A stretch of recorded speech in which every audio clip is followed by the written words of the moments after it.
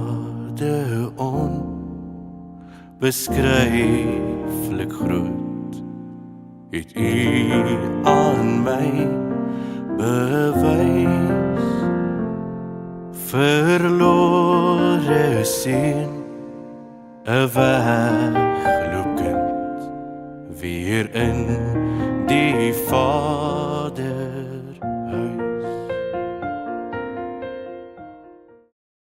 The Christian aspect keeps coming up in all Willem Petzer's videos and content, even with the malformed idea of apartheid revisionism that fills a lot of his videos. This is sad because all he ends up doing, what the Bible calls one of the worst of sins a human can commit, which is the sin of calling evil good and good evil. Defending apartheid is both evil and completely unnecessary.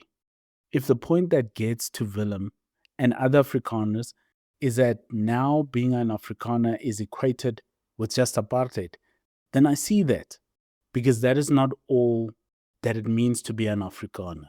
Yet the strategy of saying you will defend apartheid is a mistake, because that helps and proves what people like the EFF keep saying, that the whites are just hateful and they all wish apartheid could come back. You make it easy for them to sell that when you defend apartheid the way that you do. And it has to be asked, maybe you do just hate all the blacks and want apartheid to come back. You're defending it quite enthusiastically. When you defend apartheid, you help the EFF sell that. That is all you end up doing when you call apartheid good using techniques that seem clever in the echo chamber, causing the Afrikaner to then have to defend a very malformed idea that did not work, because it could not work, because it was evil. Defending it not only makes you a person who sides with evil, it forgets the biblical commandment to do unto others as you would have them do unto you. Willem Petzer calls himself a Christian. Instead of being an apologist then, as we are supposed to be as Christians, the justice and goodness of God and that theology, Willem Petzer and others who choose apartheid revisionism, who take on this idea of apartheid revision and call themselves Christian, have become apologists rather for apartheid. This has become their religion.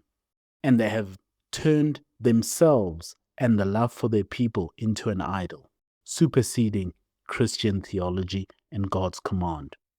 And that results in spending your time justifying apartheid and calling evil good and good evil. If you're not a Christian apologist for that word, for that way of thinking, and you become an apartheid apologist, you become someone who offers a defense, a justification, or an apologia for the system of apartheid. It's a political apologia, specifically historical revisionism, justification of intent, and the minimization of the system's human impacts.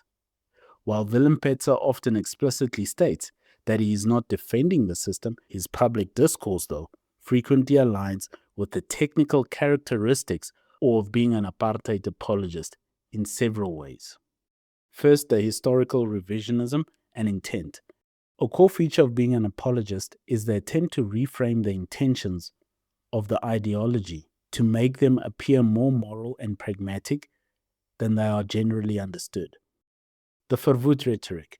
Petzer has frequently engaged in discussions, such as the one he had in 2025 in an interview with Gareth Cliff, where he argues the official story of apartheid has been weaponized. He often revisits the original intentions of Hendrik Verwoerd, the architect of Grand Apartheid, to try and sugarcoat apartheid. Separate development. Technically, an apologist often reframes apartheid not as a system of racial oppression, but as a separate but equal developmental strategy, the Bantustan or homeland system that was intended to protect various cultures, is the sort of thing Willem would say. Petzer's arguments regarding the real purpose of these policies align with this technical form of defending apartheid. Minimization and comparison. If you're going to be an apartheid apologist, it often involves shifting the focus from the moral failings of a system to its perceived benefits, or comparing its favorability to a subsequent regime to minimize its severity, such as in Bantu education. Petzer has challenged the historical consensus on Bantu education, suggesting it was more effective or less malicious than history records. In a technical sense, justifying a cornerstone of the apartheid system by highlighting its unseen positives is a form of being an apologist and agreeing with apartheid. And then he goes to the comparison to the ANC. By highlighting the failures of the current ANC government, he often creates a narrative where the previous era is viewed with a degree of nostalgia and pragmatism, which serves to soften the historical record of apartheid. Then he will focus on white victimhood. Contemporary apartheid apologists in South Africa often center on the white genocide narrative. This has been widely discredited by AfriForum and others, that white South Africans are being targeted for extermination. This serves as a diversion strategy. By focusing almost exclusively on modern threats to Afrikaner identity and safety, this rhetoric serves as a technical diversionary apologia because it reframes the white minority from historical oppressors to current victims, which is a way to bypass the truth of what apartheid was and of the apartheid era in general. That's what Willem Petzer is doing. And he's using the tragedy of the crimes being committed on farms to do it. This is wrong. If you dare, buy us a coffee. The link is in the description.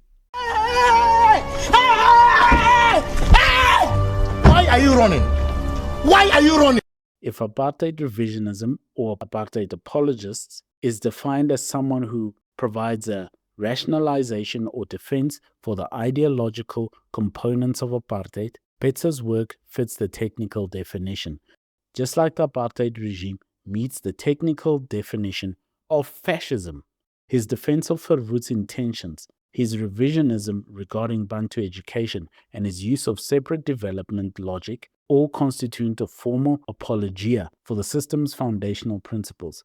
Petzer himself usually frames these arguments as historical truth-seeking or exposing propaganda, allowing him to technically distance himself from the label while simultaneously advocating for the logic that supported the system. Not Christian. This is not Christian behavior. Stop covering yourself in the church, Willem. Just choose. Be a real Christian or hold your back on Christianity. Rather do this and don't cover yourself in the church then. Your politics are your own business. Please do not shame the name of Christ by calling evil good and good evil. I pray for you, Willem. You seem like a good oak. On a final esoteric note, according to historical accounts and reports, Dr. Hendrik Verwoerd, also known as the architect of apartheid, did visit a famous Sangoma named Khutso Situnza. You're a demon. The visit is reported that Verwoerd, along with his predecessor J.G. Strydom, visited Khutso Situnza, a wealthy and influential traditional healer based in the Transkei region. The purpose of the visit was reportedly meant to secure medicine to ensure the Nationalist Party electoral success.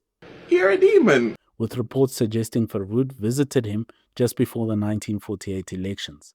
While Afrikaner leaders publicly championed white supremacy and cultural superiority, there are accounts indicating that several notable white political figures secretly consulted with prominent black traditional heroes like Khutso to maintain their power. If you doubt such a thing, it's your right, but this is actually quite well reported. It's not even far-fetched. You're a demon. Because men like Verwoerd and others were reasonably believed to be Freemasons. And if you look at the practices of Freemasons and African spiritual traditions, just like many other traditions, they sync and they are aligned. They are twisted moralities. That's why an African traditional healer could actually get paid to help the architect of apartheid win an election wherein his government would then want and be able to build a superstructure that would oppress black people. That would not be against the twisted morality of both the Freemason or the traditional African spiritual Sangoma. This story is well founded. Khutso Situnza was known as a millionaire medicine man because he made a lot of money from his occultic practices. You're a demon. And a lot of it of white people. He held considerable influence over both black and white clients in the Transkei and Kalkstad areas. Not Christian. That's why Verwoerd could hold the views that he had. He had a twisted morality. Don't make the same mistake, Willem. Thank you for listening. If you dare, buy us a coffee. The link is in the description. Why are you running? Why are you running?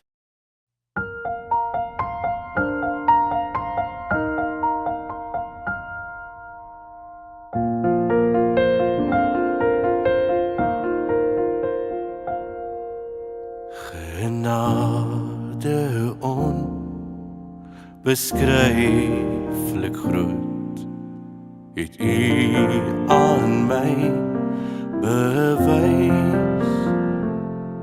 Verlore seun, 'n wegloopkind weer in